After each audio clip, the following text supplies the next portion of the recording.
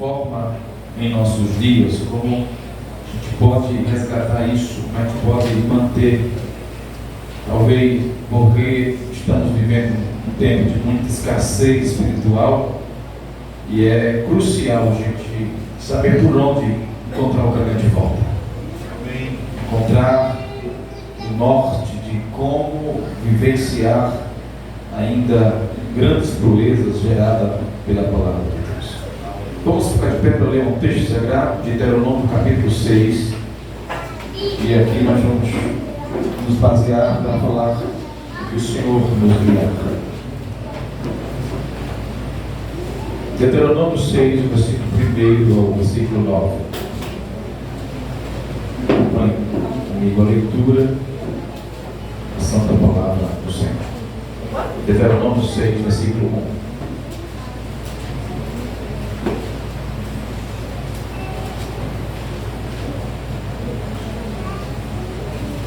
Amém? Diz a palavra do Senhor assim: estes, pois, são os mandamentos, os estatutos e os juízos que mandou o Senhor teu Deus, se te ensinassem, para que os cumprisses na terra a que passas para a possuir, para que temas a Deus, ao Senhor teu Deus, e guardes todos os seus estatutos e mandamentos que eu te ordeno, tu e teu filho, e o filho de teu filho, todos os dias da tua vida, e que teus dias sejam prolongados.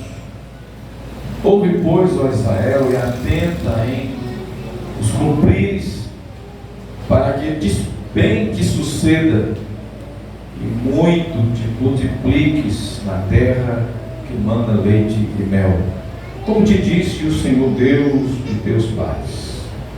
Ouve, Israel, o Senhor nosso Deus é o único Senhor.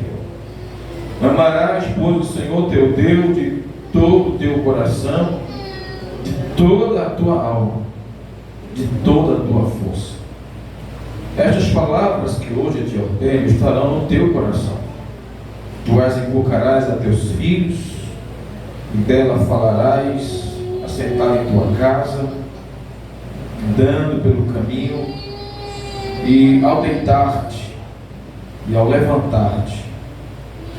Também as atarás como sinal na tua mão, e te serão por frontal entre os olhos, e as escreverás nos umbrais de tua casa e nas tuas portas. Amém.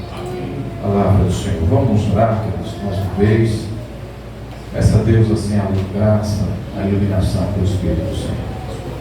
Senhor, vem contra a luz, vem com a tua bênção, Senhor, de revelação, e ministra as nossas mentes, vem guiar-nos, vem conduzir-nos, ó Deus, no exame, na meditação da tua palavra nesse instante.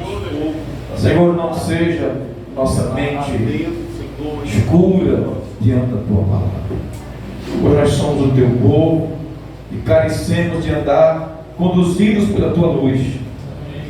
É a tua palavra que ilumina o nosso viver, nos diz por onde devemos andar, como a tua palavra, Senhor, toda a direção que nós temos para seguir. Nós não concordamos em seguir outra palavra, não queremos ir atrás de outras palavras, pois a tua palavra é suficiente para a nossa vida. A tua palavra nos traz vida, nos traz segurança, a tua palavra nos traz salvação. Amém. Agora disse teu servo Pedro, para quem iremos? Só no Senhor tem as palavras de vida eterna. Nos dá, Senhor, nesta noite o vislumbre de vivenciar as profundidades da tua palavra, de entender o que o Senhor tem falado aos nossos corações, que possamos, Senhor, receber a tua palavra aos nossos ouvidos e permitir que teu Espírito conduza ela ao nosso coração. Amém. E germine, e floresça e frutifique para a glória do Senhor, em nome de Jesus. Amém. Graças a Deus. de sentar, meus irmãos.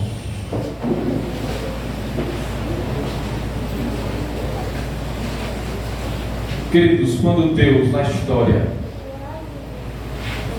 marca um período com uma visitação muito grande, com uma intervenção muito poderosa, dias poucos à frente, a gente já fica desejando que aquilo aconteça de novo. Porque a melhor coisa do mundo que pode acontecer na terra é Deus vindo aqui de alguma forma para nos abençoar. Amém. Todas as vezes que Deus desceu na terra, Deus marcou a história. Deus deixou claro quem Ele é.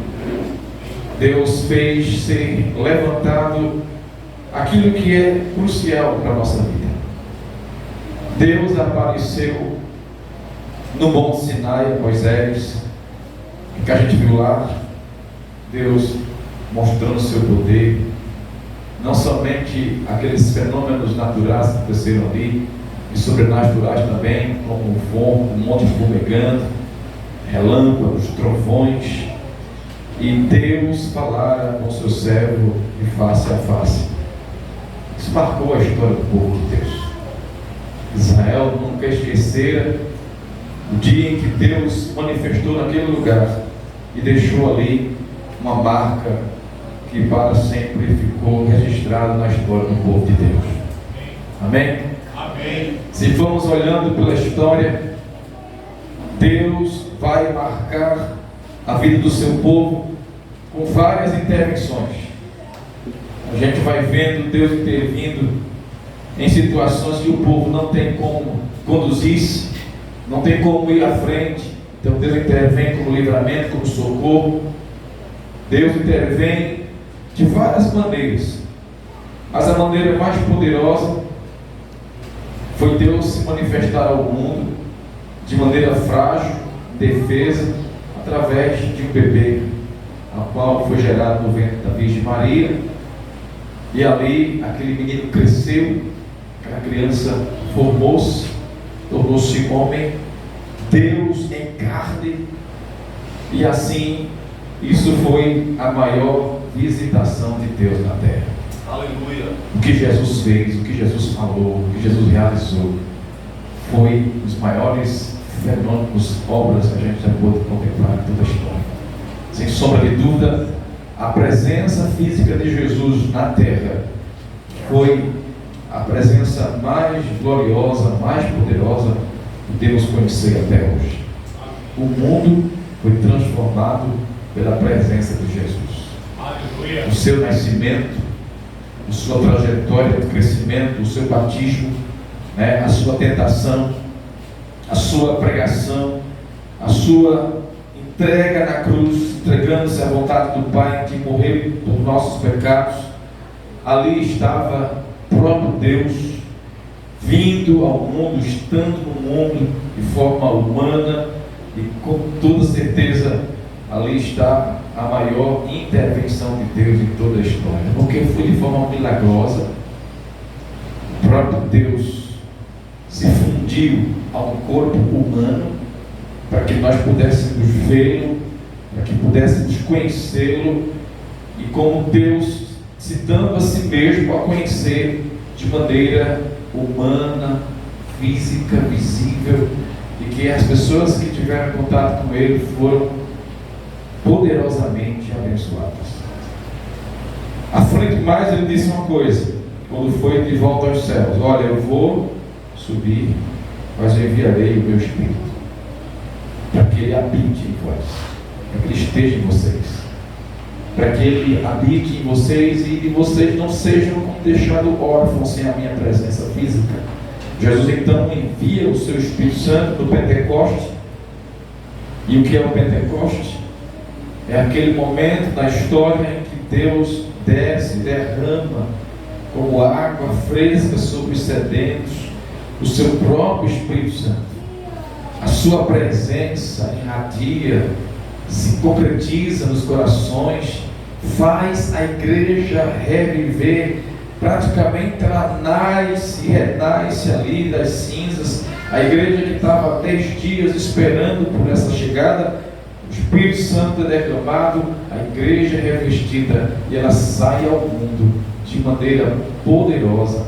Ninguém para, ninguém impede, ninguém consegue deter a igreja. Glória a Deus.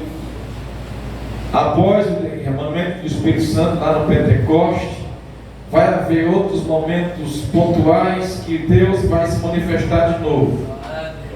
Mas nenhum deles se iguala ao Pentecoste. Foi um momento único. Tal como a cruz foi única, o Pentecoste foi único. Porém, os discípulos oraram a seguinte oração: Senhor, manifesta-se de novo a nós, como o Senhor se manifestou no Pentecoste. Derrama sobre nós aquele poder que foi derramado lá no dia do Pentecoste. E Deus atendeu essa oração. Na casa de Cornélio, o Pedro estava pregando a palavra de Deus enviada pelo Senhor, e diz lá que enquanto Pedro pregava, o Espírito desceu sobre eles, como tinha descido lá no Pentecoste. E eles viram os irmãos se alegrarem no Espírito, cheio do poder, e eles próprios concluíram: Deus derramou o seu Espírito aqui, como lá no dia do Pentecoste. Glória. Isso foi maravilhoso. E a gente vai percebendo que ao longo da história, ao caminhar da história, ao desenrolar da história, Deus ele vai preparando novas visitações para que o seu povo permaneça sendo renovado e fortalecido passo a passo. O que seria de mim, de você, se Deus não nos renovasse as forças, não nos renovasse o vigor, a fé? Deus sempre prepara esse momento para nós. Os anos se passam, meus irmãos, vai tendo grandes intervenções de Deus, com certeza. Deus nunca deixou de vir em conta do seu povo. Porém, a reforma protestante foi esse momento em que a gente percebe que ali não está meramente a ação do homem para fazer alguma coisa acontecer. Deus, de forma muito gloriosa, está ali no século XVI, aquele dia 31 de outubro de 1517, Deus moveu e Deus quis virar uma página da história do seu povo. Deus quis começar ali uma coisa nova na vida da sua igreja. E ali começou-se a grande revolução, a pregação da palavra, trazendo de volta o conhecimento do povo, trazendo agora a clareza, a luz e expulsando as trevas, a escuridão, a ignorância. E o povo começou a ser alimentado de novo. As coisas mudam. O refrigério desce sobre o povo, o entendimento, o Espírito Santo começa a levantar multidões. E nós vamos ver na reforma protestante o que há muitos séculos não se via. Cristãos animados para ouvir a palavra de Deus, para examinar a palavra de Deus. Aonde foi o berço da reforma protestante, lá em Wittenberg, na Alemanha, se tornou um lugar que pessoas vinham do mundo inteiro para aprender a palavra e levar para onde ela mora. Grandes nações, grandes líderes foram envolvidos por essa chama, por esse calor da palavra de Deus, por essa fidelidade, por esse zelo, e Deus começou a resgatar. Deus começou a reacender a chama. Amém? Essa chama vai se apagando à medida que os anos vão passando, porque no século XVII, século XVIII, século XIX vai ser o século em que a chama vai ser suprimida pelo racionalismo das pessoas. A reforma protestante ela caminha no século XVI muito forte, mas no século XVII de anos ela começa a sofrer um certo apagão por causa de uma simples coisa: uma geração deixou de transmitir para outra geração a chama da reforma. Se uma geração passasse para outra e todas as gerações fossem fiéis em repassar para a seguinte, a chama da reforma, ela não teria se apagado. Lembramos que o plano de Deus é perfeito, mas é realizado por pessoas imperfeitas. E por isso ele pode ter, em alguns momentos, as suas falhas, do ponto de vista humano, do ponto de vista da execução. A gente é que está executando. E nem sempre os seres humanos vão estar aptos para seguir o curso do plano de Deus, tal como Deus determina. Porque uma geração falhou em repassar essas mensagens para a próxima geração, os seus filhos, os seus netos, e isso se perdeu. A Europa foi o berço da reforma. Os países europeus foram onde a palavra chegou, queimando os corações e aquecendo e convertendo vidas e vidas ali para o Senhor. Mas de alguma forma, uma geração foi negligente. Uma geração falhou com isso. E aí, meus irmãos, entra aquilo que é mais danoso, né? Aquilo que tinha tanto na Idade Média, aquele período de trevas, se volta de novo. E volta com outras roupagens, com outras formas, porém se mostra presente novamente. Quando a reforma fez agora 500 anos, nós vamos ver, e geralmente todas as reportagens, né, das TV, na mídia, eles vão visitar os lugares onde a reforma nasceu. E nesses 500 anos de reforma que a gente vivenciou, em 2018, se eu não me engano, 2017, então, e aí você olhava todas as reportagens dos lugares onde aconteceu a reforma protestante, não tinha nenhum vestígio mais de tudo aquilo que foi tão poderosamente realizado naquele lugar, onde Deus derramou a sua palavra com a unção do Espírito e transformou vidas e mudou sociedades inteiras. Agora parece que chegando lá nesses locais, nunca se houvera um avivamento tão grande. Parece que nunca Deus visitou aquele lugar.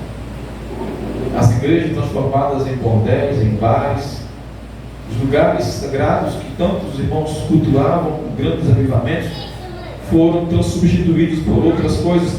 No mínimo, outras igrejas estavam já minguando, esfriando na Europa. O Canadá nem se fala. As igrejas morrendo, realmente agonizando. Queridos irmãos, e a gente se pergunta essas duas coisas: como é que a gente pode reavivar de novo uma geração que está desaquecida, fria, gelada pela palavra? E o que a gente pode fazer para que isso não chegue na próxima geração? Para que essa frieza, essa questão de você perder a essência, perder o gosto, o prazer, de fato, o primeiro amor pela palavra de Deus, como igreja, precisamos desafiar a pensar nisso. Porque a gente não pode engrossar a fileira de sermos mais uma geração que não cumpre o mandato que Deus nos deixou. Observe que as grandes visitações de Deus na história são longe uma da outra. Uma foi no primeiro século, a outra foi no século XVI.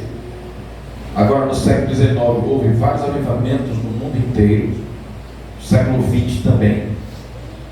Porém, a gente percebe com toda certeza que nós estamos precisando reacender essas chamas de novo.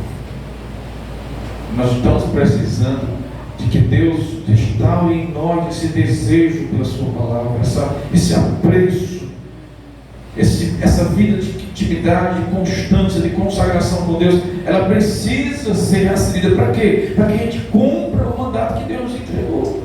Senão, o fim da sua vida vai ser o seu trabalho, o fim da sua vida vai ser o seu dinheiro. Você vai ter o dinheiro como seu fim. Tudo que você quer é por dinheiro, tudo que você quer é pelo trabalho. O fim da sua vida vai transformar em coisas banais, coisas triviais. E o que Deus planejou para a gente é que o fim da nossa vida seja a glória de Deus. A gente não pode concluir a nossa vida e viver em torno de coisas humanas e materiais. Porque disso assim, se fosse assim, a gente desclassificaria e reduziríamos a vida a coisas mesquinhas e sem valor. O que o Santo Apóstolo Paulo diz em 1 Coríntios 15: se a nossa esperança se reduzir a esta vida, nós somos os mais miseráveis de todos os homens. Nós precisamos viver em função do propósito maior que Deus estabeleceu para nós. Deus estabeleceu um propósito para a igreja. E por mais que a igreja caminhe cansada, ela não pode perder o ardor, a chama no seu coração de vivenciar uma vida intensa, avivada na presença de Deus. Esse é o desejo do Senhor. Deus quer que a geração presente ela deixe uma marca aqui. Ela deixa aqui um legado que sirva para se estender para a outra geração. Deus quer que a nossa presença aqui em vida, a vida que temos de nascer, vivermos e morrermos, deixe aqui uma marca. Uma marca que possa lutar, se empenhar, buscar que aquilo que morreu de bom seja novamente trazido à vida. E a gente pegue isso de maneira ardente e conduza para a nossa próxima geração, que são os nossos filhos, nossos netos. Se você perder essa percepção, se você perder essa consciência de que você está aqui para continuar um plano que começou em Deus perfeito lá atrás, e esse plano incluiu você dentro dele para você levar adiante, para você continuar o fio da meada e chegar no próximo. Se a gente perder essa consciência, meus irmãos, de salvação egoísta, que a gente muitas vezes quer ter uma salvação e pronto, os outros que se virem. Se a gente como igreja se vivenciar e se isolar do mundo, porque agora somos salvos, amém, glória a Deus, e deixar as coisas para lá, com certeza o Espírito Santo não vai deixar. Porque a igreja é o plano final de Deus. Não tem outro plano depois desse. Não tem um plano B. A igreja, nós somos o plano que Deus vai usar para chegar do Evangelho a toda criatura. Nem que Deus permita que venha a esta terra a grande perseguição, a grande assolação, para que com isso a igreja se levante, para que com isso a igreja vá e cumpra o seu mandato que Deus lhe entregou. Amém? Amém. Nós muitas vezes no caminho começamos a nos encantar com o que estamos vendo. Às vezes a gente se encanta com as coisas e esquece do alvo. A gente fica muitas vezes distraídos com aquilo que estamos contemplando, vivenciando. E aí Deus começa a nos levar a um despertamento para que a gente lembre-se e relembre que nós não somos daqui. Amém. Nosso tesouro, nossa recompensa, nosso descanso, a nossa maior realização e prazer não está aqui. E a gente não pode esquecer disso. O dia que a gente esquecer disso, acontece o que eu preguei ontem. A gente perde a nossa fé. A gente se conforma com tudo que está ao nosso redor. A gente perde a nossa diferença do povo de Deus. Mas Deus não quer isso. E eu creio que Deus sempre faz uma nova intervenção na vida do seu povo, para levantar esse povo.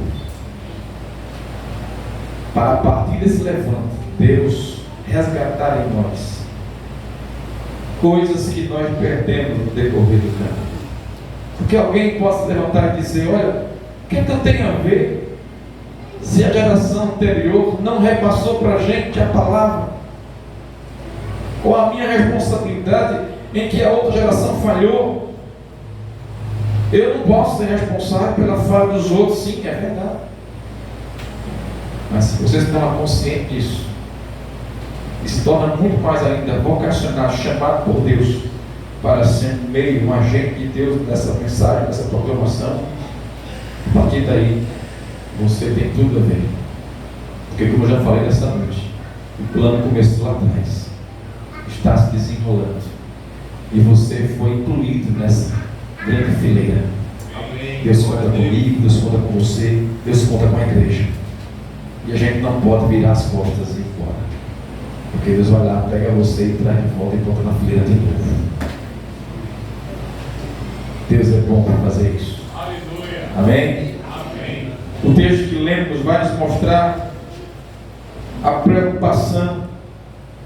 Deuteronômio 6 mostra a preocupação de Deus para que o seu povo nunca saia deste plano, saia desse esquema tão perfeito que o Senhor estabeleceu. O Senhor deu sua lei, o Senhor colocou nesses irmãos realmente uma mentalidade convertida sobre o seu Deus, sobre o seu poder, sobre a sua grandeza. O Senhor mostrou maravilhas, o Senhor operou milagres, o Senhor cumpriu promessas. O Senhor está colocando esse povo agora na terra prometida e dizendo: olha, eu estou cumprindo o que há tanto tempo prometi ao seu avô, ao seu pai, e agora eu estou cumprindo o que eu disse a vocês que ia fazer. Está aí a terra abençoada, está aí a Canaã. Vocês vão se deleitar, vocês vão viver nela. É verdade, tem inimigos lá dentro, mas eu vou dar força a vocês, vocês vão expulsar a terra de vocês. Tome posse da herança. E esse texto vai nos lembrar, meus irmãos, que Deus é esse Deus que nós, por nossa vez, como seres humanos falhos, nós vamos muitas vezes falhar na mensagem, na proclamação da mensagem, no decorrer, no fazer com que a mensagem chegue mais longe. Mas aí Deus entra em cena e Ele vai resgatar em nós a essência daquilo que nós precisamos para sermos levantados, para sermos compromissados com a missão que Ele tem na nossa vida. Amém? Amém. Quantas vezes eu e você já paramos e o Senhor disse: não é hora de parar, você não pode parar, porque eu estou contando com você. Sempre haverá queixa dizendo: Senhor, eu estou sem força, Senhor, eu não aguento mais, Senhor, não dá para mim. Mas aí é Deus que vai chegar e vai prover, porque ninguém pode prover para você continuar. E você sabe que Deus faz isso. E aí eu entendo, meus irmãos, que quando a igreja na história perde essa essência, perde essa chama da glória, do poder, da graça, da palavra, Deus, Ele providencia meios para a gente ser novamente fortalecido nisto. A palavra de Deus, você sabe que diz que ela se renova a cada manhã. Já amanhã de manhã ela vai se renovar toda. Amém. E todo dia é nova tudo. Você pode decorar, você pode conhecer, você pode memorizar, você pode vivenciar a palavra e tê-la gravada, mas ela, unicamente ela, é a única palavra que se renova a cada manhã. E se ela se renova dentro de nós, isso significa que nós seremos sempre fortalecidos para responder ao chamado de Deus. Deus vai usar a sua palavra. O elemento principal que Deus usa para reacender essa chama é a sua palavra. Você pode estar onde estiver vivenciando, quem estiver vivenciando, Deus usará a sua palavra para, através dela, reacender a chama em nossos corações. Amém. Deus vai usar quem for preciso usar, para que essa palavra chegue até você e ela dentro de você faça novamente aquela faísquinha, né? E Deus começa a coisa nova. Nunca me esqueço que Deus falou aqui anos atrás que iria trazer pessoas de longe para esta casa, iria trazer de volta os que tinham saído. Isso se cumpre a cada ano que a gente vive nessa igreja. Deus está fazendo isso. Deus está cumprindo a sua palavra. A palavra de Deus, meus irmãos, ela tem um poder miraculoso E é por meio dessa palavra que o Senhor diz: olha, não esqueçam, não larguem mão dos meus mandamentos, dos meus estatutos. Vocês precisam reter, guardar, envolvam-se nessa palavra, se enriqueçam nessa palavra, vivenciem essa palavra, coloque ela de todas as formas em sua vida, para que vocês nunca se ausentem dos meus mandamentos. Eles são preciosíssimos, eles são de grande valia. O Senhor chega a dizer a Moisés: diga para o povo que essas palavras são a razão deles viverem ou morrerem. Se eles derem crédito a ela, eles viverão. Se eles não viverem nessa palavra, eles morrerão. Por isso nós precisamos de ter a palavra em nossos corações, igreja. E a palavra, eu quero enfatizar, da maneira correta, da maneira como você aprendeu, que o Espírito Santo lhe revelou, da maneira como o Senhor colocou em nossos olhos essa palavra, ela tem que permanecer. Se ela for modificada, ela vai ampliando para a verdade maior. Ela não vai mudar. Ela vai fortalecendo, se confirmando, tornando-se mais ampliada na nossa vida. Quando olhando para a revelação geral, nós vamos ver que ela é progressiva.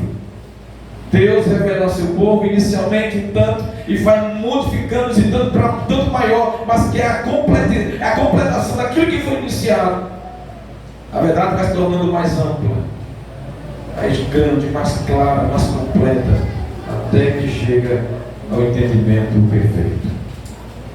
Mas o que é mais elementar, o canal mais eficaz de bênção para resgatar a chama do coração da igreja, é a palavra de Deus.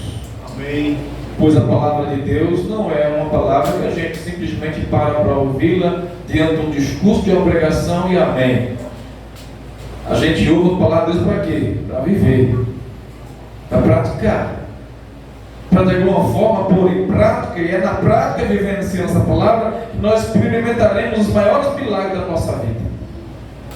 O Senhor não quer simplesmente que a gente seja uma máquina decorando pela sua palavra. Deus quer que a gente aprenda a sua palavra, guarde o coração, para não pecar contra o Senhor. Amém? Amém? De que vale tanto a palavra de Deus guardada em nossa mente se a gente não vive? É uma fé sem obra, é uma fé morta.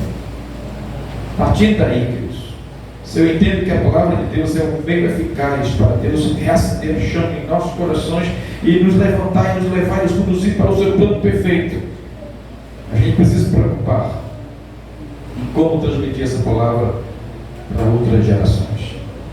Como é que a gente pode fazer isso? O que implica isso? Onde o Senhor quer que a gente realmente chegue por tudo isso? O que o Senhor quer nos conduzir diante de Cristo?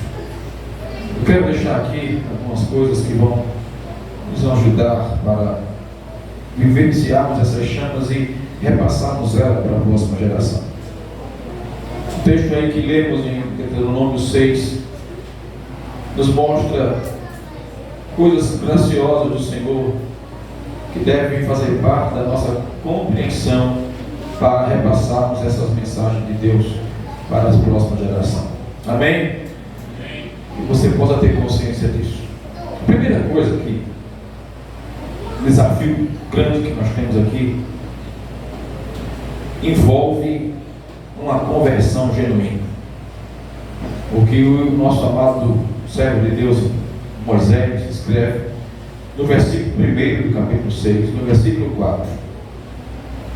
Ele nos fala a palavra de Deus e nos mostra que isso tem que ser dentro de um coração que de fato está convertido a Deus.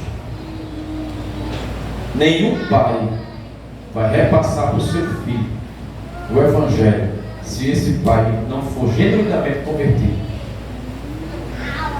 O ponto de partida para transmitir o conhecimento para outra geração envolve uma conversão genuína. O versículo 1 diz: olha, meus irmãos, estes pois são os mandamentos os estatutos, os juízos que mandou o Senhor o quê? Teu Deus. Ele é o Deus pessoal. Se te ensinassem para que os cumprisse na terra que passas para possuir. No versículo 4 ele reitera dizendo: ouve, Israel, que é o povo de Deus, o Senhor nosso Deus é o único Senhor.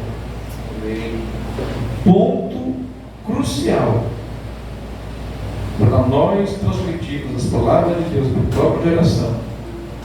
Parte daqui, onde há uma verdadeira conversão, há possibilidade de ser estendido para muitas e muitas outras gerações. Porém, se um coração não se converte a esse Deus, se Deus não se transforma no meu Deus, eu também falharei em repassá-lo para as outras gerações. Ou então, no mínimo, serei negligente com isso. Portanto, queridos, de forma bem objetiva, guarde seu coração para repassar a palavra de Deus, para repassar as chamas das intervenções de Deus na história para outra geração. É preciso que essa chama esteja no meu coração. Básico, né? É preciso que eu seja convertido a Deus para levá-lo ao conhecimento de outra pessoa. Em Atos 1:8 nos fala que nós fomos aqueles que sobre nós desceu o poder de Deus para sermos testemunhas. E essas testemunhas de Deus vão sair pelo mundo até os confins da terra, testemunhando, levando a mensagem do Evangelho. Amém. E testemunha ali é uma palavra ligada ao martírio. Alguém que está pronto a dar a sua vida, a morrer por Deus, para que ele seja conhecido em outras pessoas. Amém? Primeira coisa que Deus pede de nós: que Deus seja o seu Deus, que você seja um crente verdadeiro. Seja a sua idade qual for, você precisa ser convertido genuinamente a Deus, não ao Deus dos seus pais, não ao Deus dos seus amigos, não ao Deus da igreja, não ao Deus do pastor, mas ao seu Deus. Todo o processo de salvação começa no seu íntimo, começa no indivíduo. E se isso não acontecer dentro de você, pode acontecer em qualquer outra pessoa, mas se não acontecer em você, não vale de nada. O Espírito Santo testifica com o meu espírito que eu sou filho de Deus. Aleluia! É Ele que diz a mim, testifica a mim, me assegura, você é filho. E contra isto ninguém pode vir. A maior prova que eu sou filho de Deus é que Ele está dentro de mim testificando todo dia: você é filho de Deus. Amém. Queridos irmãos, se houver conversão genuína, a gente não vai se conter, a gente não vai pegar a mensagem e guardar para a gente. A gente vai ser esses transmissores, a gente vai ser esses, até como Paulo diz, tempo fora de tempo, a gente vai levar a palavra do Senhor, a gente vai fazer questão de repassar, principalmente para aqueles que a gente mais tem carinho, cuidado e responsabilidade. O pai cristão, o que ele mais preza para os seus filhos é repassar a imagem de um Deus poderoso, para que os seus filhos possam ter de Deus uma convicção, e isso mudar, dar sentido a toda a nossa vida. O nosso Deus é o Deus que parte a sua obra de um indivíduo para chegar a limites a qual o Senhor que sabe onde pode levar. Amém? Amém. Mas é a partir daqui que começa todo o processo de transmissão da palavra de Deus para outras gerações, quando houver conversão genuína em seu coração. Isso não pode ficar contido dentro de você, tem que ser transmitido, tem que ser repassado. E você vai fazer isso com toda dedicação, porque o Senhor se tornou o seu Senhor, o Deus se tornou o seu Deus. Glória a Jesus. Glória a Deus.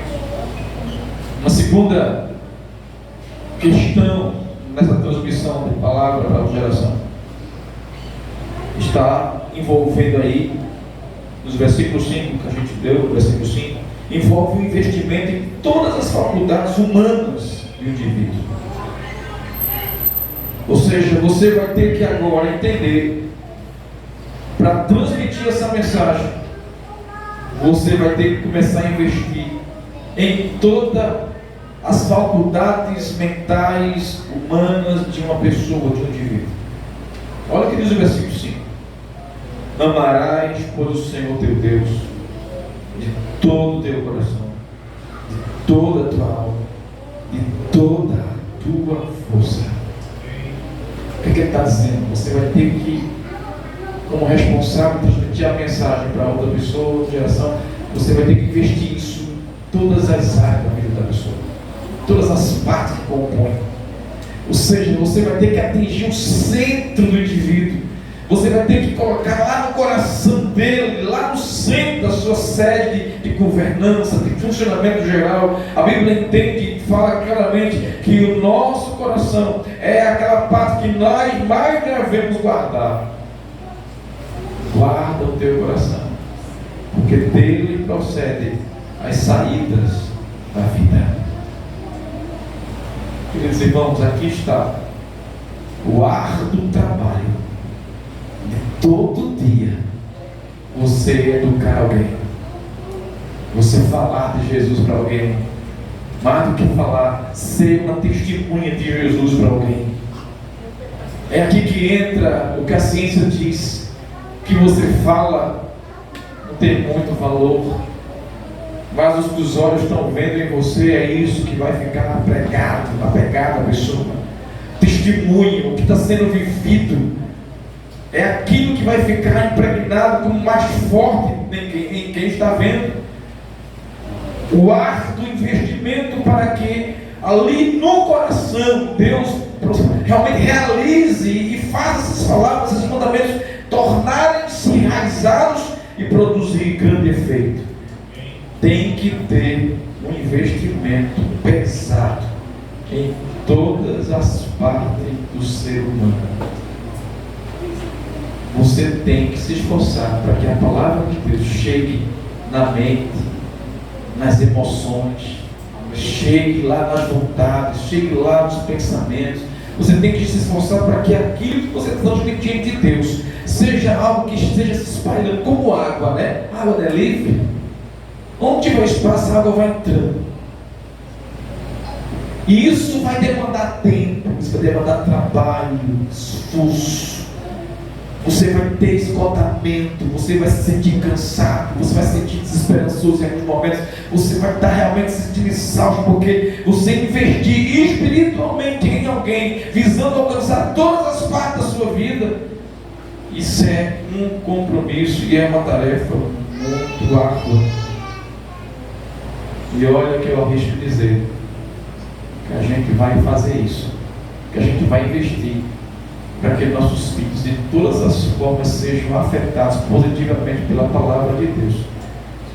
Mas não há nessa terra nenhum pai, nenhuma mãe que diga: eu consegui cumprir essa missão,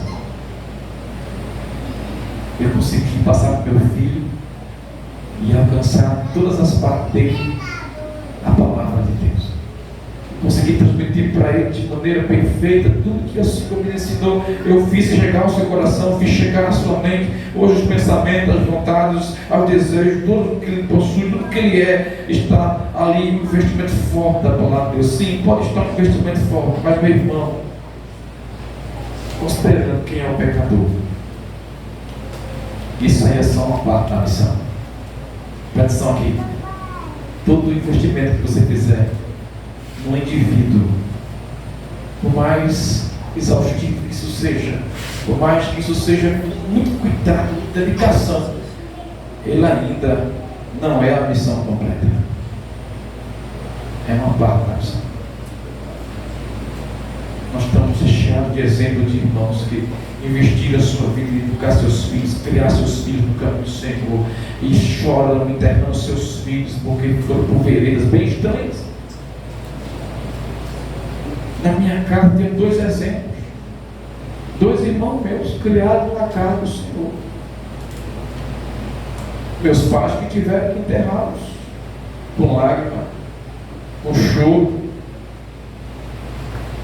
porque a nossa parte que nos cabe fazer, ela é a parte que é importante, porém ela não é tudo. A gente não é capaz de fazer tudo, de esgotar todas as formas, todos os meios. A gente não é capaz de ensinar tudo, a gente não é capaz de ser exemplo em tudo. Homens perfeitos ensinando a homens imperfeitos. Mas o que a Bíblia coloca para mim e para você como missão é essa: ame o Senhor seu Deus de todo o seu coração. Amém. Dê o máximo de si. Se doe para o seu filho, se doe para a sua geração seguinte. Transmita para eles o máximo de Deus que você puder, para que Deus pegue esse pouquinho que você investiu e Ele produza coisas que a gente não tem como fazer. Amém? Amém.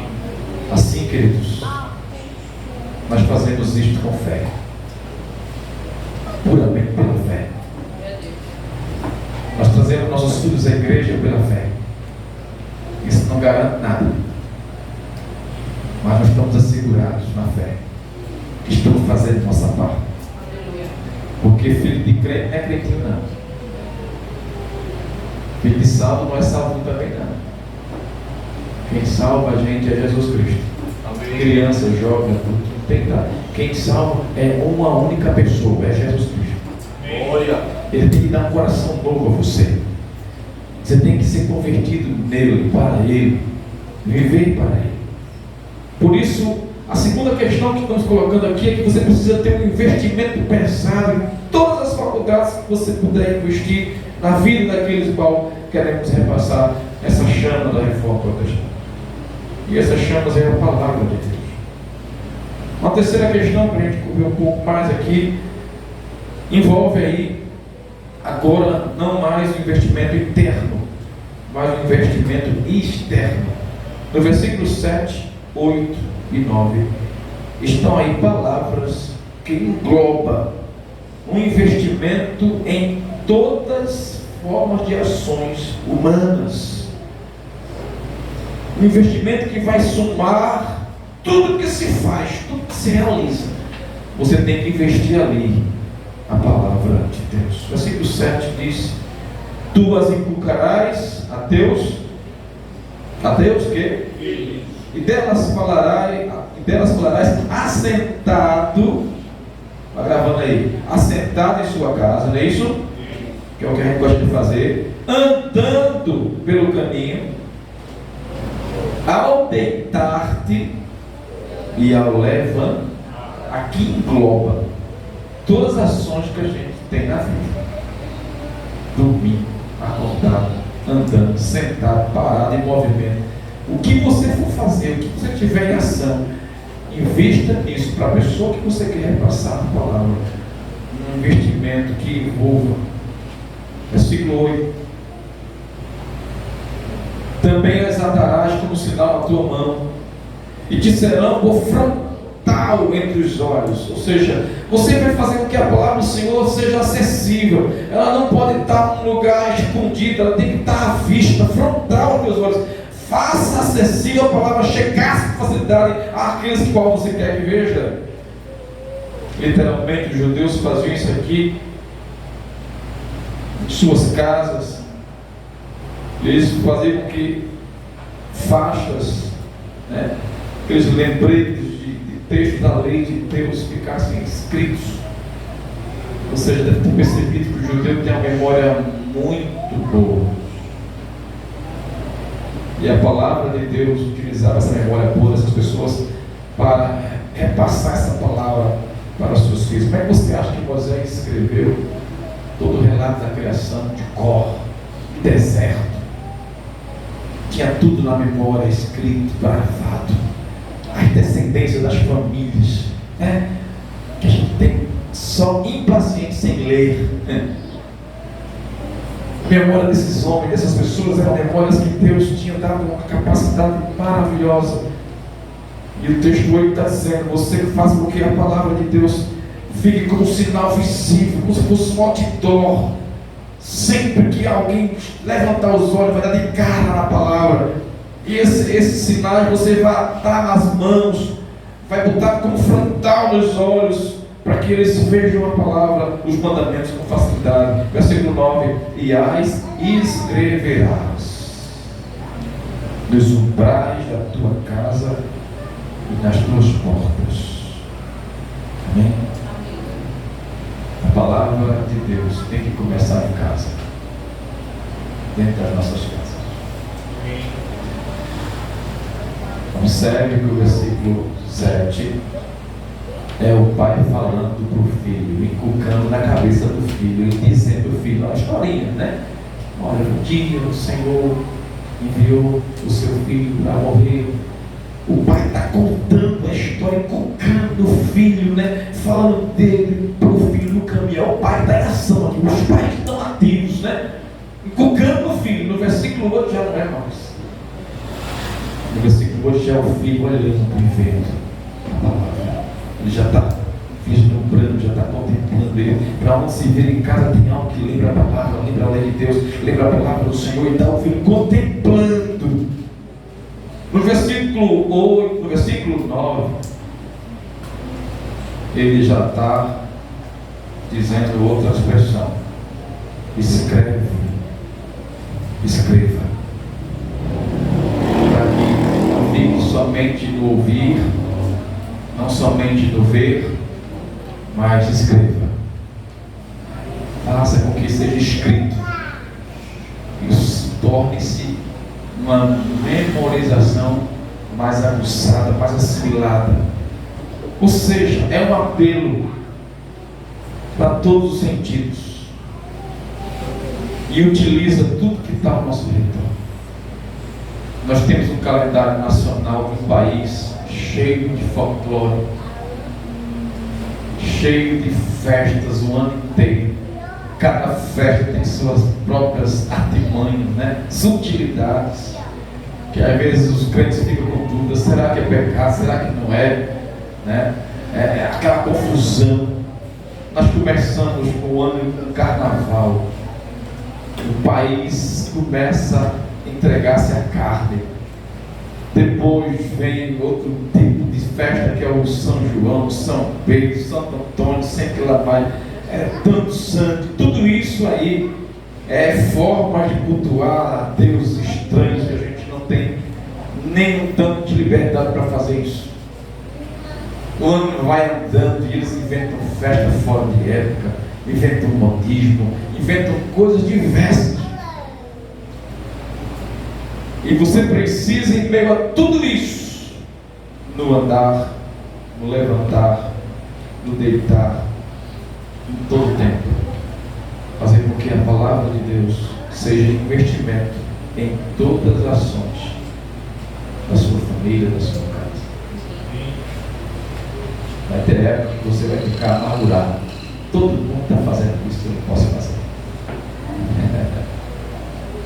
Mas não pode fazer porque tem um motivo maior. Aleluia. Tem algo maior que excede tudo que está aqui. Eu me lembro que eu ficava zangado com meu pai.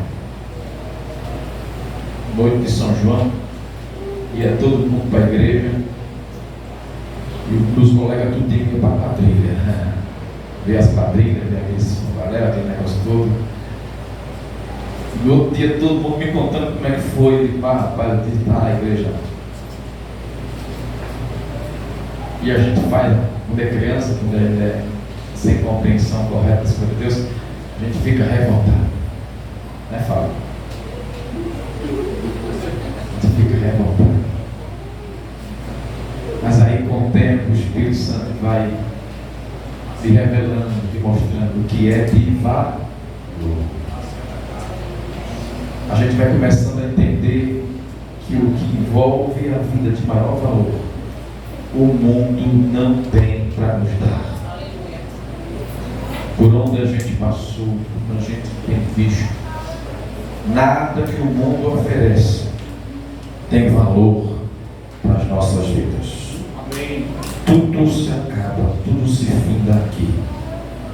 Por isso, meus irmãos, o desafio de repassar para as próximas gerações a chama de uma reforma protestante, a qual Deus enfatizou e centralizou sua palavra, envolve um investimento em todas as ações humanas.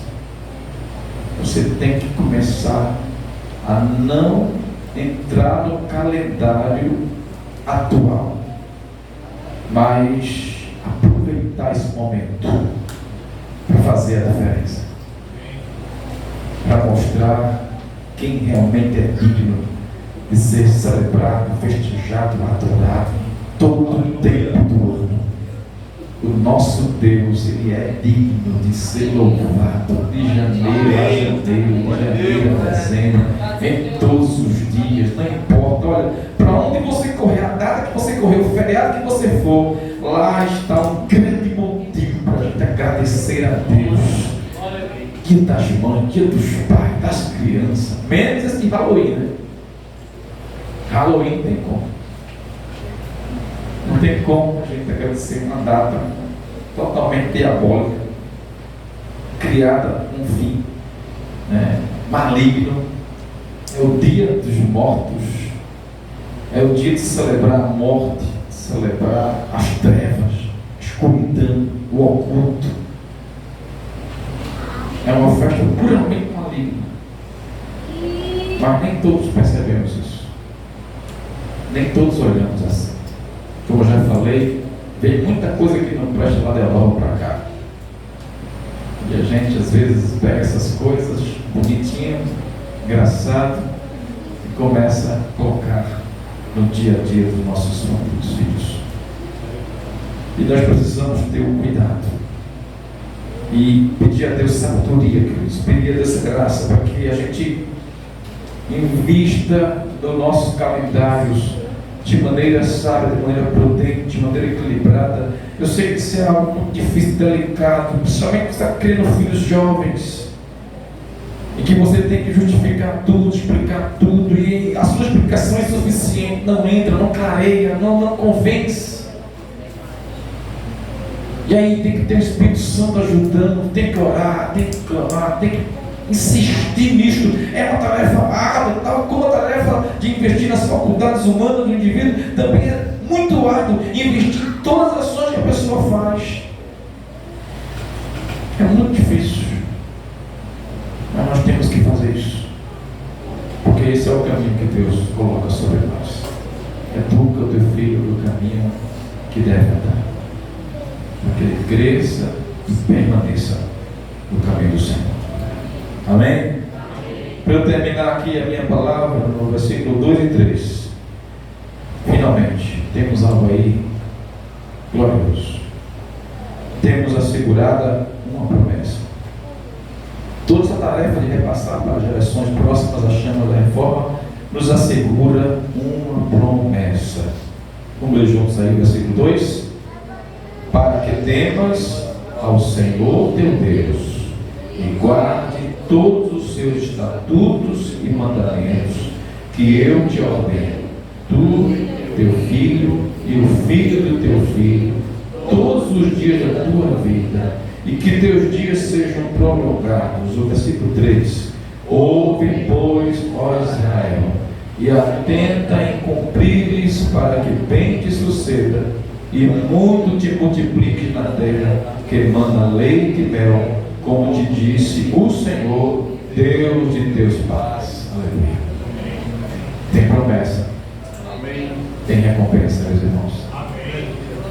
Vale a pena a gente ter todo esse trabalho. Fique imaginando que a nossa alegria em ver nossos filhos servindo ao Senhor é maior do que as alegrias e conquistas que o mundo pode dar a eles. A alegria de ver nossa família na presença do Senhor é muito maior, inigualavelmente maior, do que a alegria de conquistas financeiras, profissionais, acadêmicas. Nada disso se compara à segurança que Deus nos garante Nós precisamos nos apegar a isso.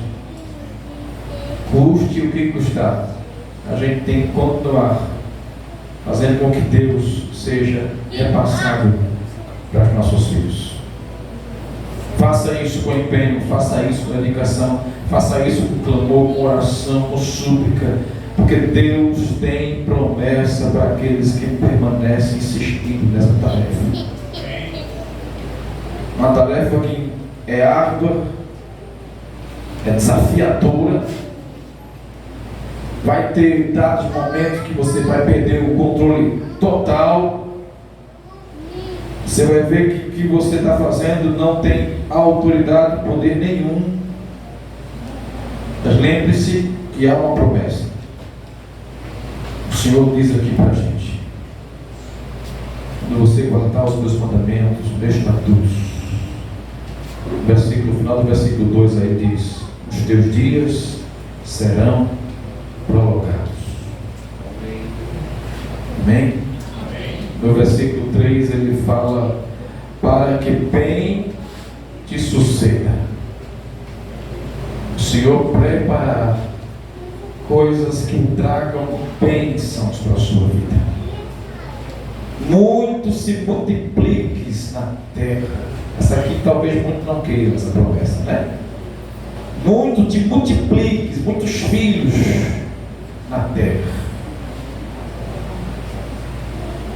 Na terra que manda leite e mel. Outra promessa: prosperidade, abundância. Há uma asseguração aqui, meus irmãos, de grandes promessas de Deus para a nossa vida, se estivermos neste caminho. Não estamos só.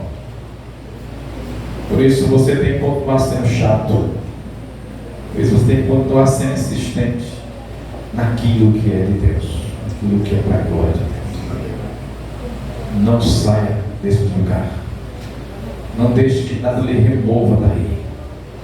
Tem gente com muita pena dos filhos, gente com muito dó dos seus filhos, e chego a dizer, eu lembro agora das palavras do pastor Renato Geraldo, contando que o negócio está tão sério, que até não é nem os filhos, é os pets dos filhos. Ele diz que voltou uma irmã na igreja dele, chegou para ele perguntando: pastor, tem lugar para minha cachorrinha no céu? Quando ele estava pensando em responder, ela falou: porque se a bichinha não for, também não quero não. Aí ele fez: minha irmã, não quero me envolver nesse processo não. Resolveu com Deus. Para você ver que uma coisa está tão séria que as pessoas estão confundindo, né? Provérbio 18 fala para a gente cuidar dos nossos animais. Cuide. Tem um animal, cuide dele. Cuide com o melhor que você puder. Mas não confunda as coisas, porque o que está acontecendo é as pessoas colocarem as gerações em lugares diferentes. Ele conta também para a gente uma mensagem que ele falou, que ele estava no avião e o casal estava ao lado dele, uma cachorrinha no colo do rapaz, o casal, e o rapaz saiu e disse: filho, eu vou ali comprar uma Coca-Cola.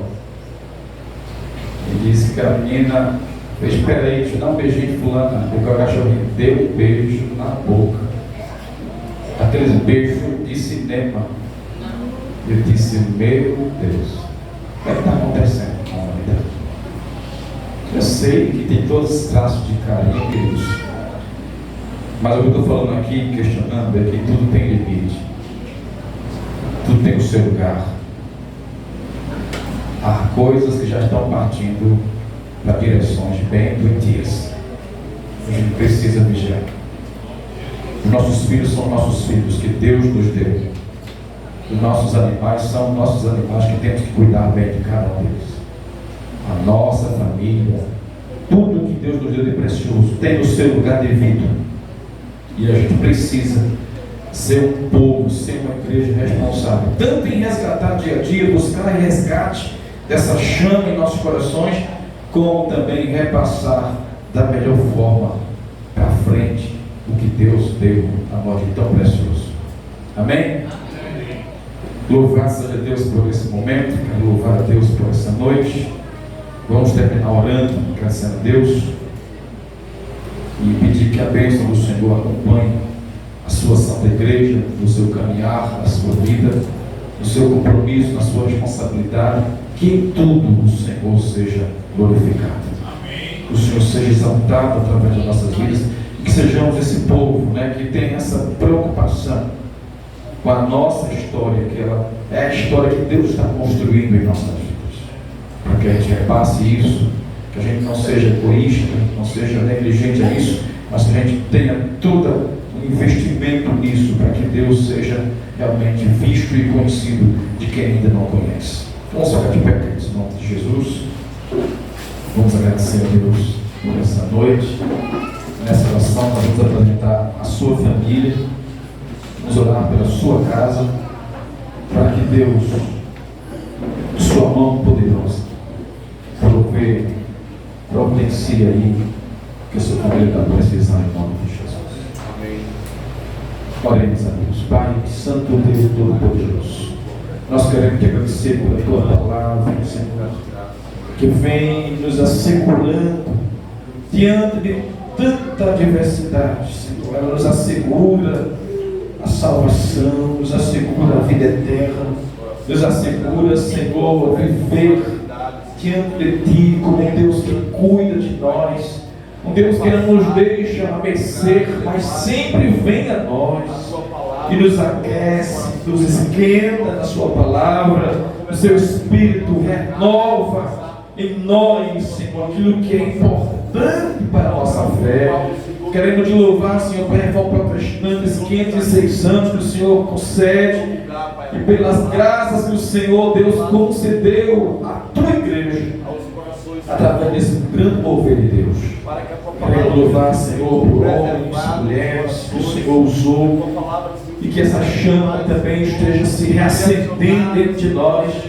O zelo pela tua palavra, Senhor, o exame, Senhor, o meditar do nosso coração nela, sejam renovados, essas coisas, que as inclinações da nossa alma sejam aguçadas, Senhor. Que nossos professores dominicais, que nossos alunos, que nossa igreja em geral, os meus departamentos, Senhor, sejam, Senhor, meu Deus, acesos, sejam aquecidos nessa chama gloriosa do Espírito Santo. Que a tua palavra, Deus, seja restaurada, seja trazida de volta ao centro da vida, seja trazida de volta ao coração, que o Senhor nos dê reanimação para viver na tua palavra, para andar confiante e esperançoso nela, Pai. Nós queremos te entregar nesta hora a nossa família, nossa casa, nosso casamento, Senhor, te agradecer por tudo, por aqueles também que são solteiros, mas que vislumbram, ó Deus, ter um lar, ter uma família. Oramos para que o Senhor venha conduzir todos os sonhos, todos os desejos da alma, do coração. Te entregamos agora, Senhor, os problemas que estamos enfrentando em nossas casas, nossas famílias. Estamos enfrentando dilemas, porque o mundo é lugar de provação, é lugar de luta do justo. Mas nós cremos que o Senhor é Deus que tem providência, tem solução, tem consolo, tem fortalecimento para a sua igreja, para as famílias que estão lutando suas lutas. Seja, Deus, a nossa força. Visite a saúde da família, cure, restaure. Visite, Senhor, a santidade da família, seja ali a família santificada, que o Senhor comece a limpar, purificar áreas das nossas vidas, Senhor, familiares. Vá fazendo, meu Deus, uma grande limpeza em nossa família, para que ela vivencie dias de avivamento, de refrigério, na presença do Senhor. Oramos pedindo, Senhor, visita a nossa família, aqueles que estão desviados, aqueles que estão enfraquecidos na fé, aqueles que estão sendo bombardeados pelas lutas, pelas tentações. Fortalece, Senhor, aqueles que estão vivenciando, Deus, dias maus. Ajuda, Pai. Aqueles que estão enfrentando, Senhor, conflitos terríveis, traumas, dilemas, Senhor, que a alma enfrenta dentro da família. orando para que o Senhor venha curar, que o Senhor venha restaurar, que o Senhor venha realmente trazer liberdade para a família. É mão do Senhor, Pai, que faça milagre na vida dos filhos.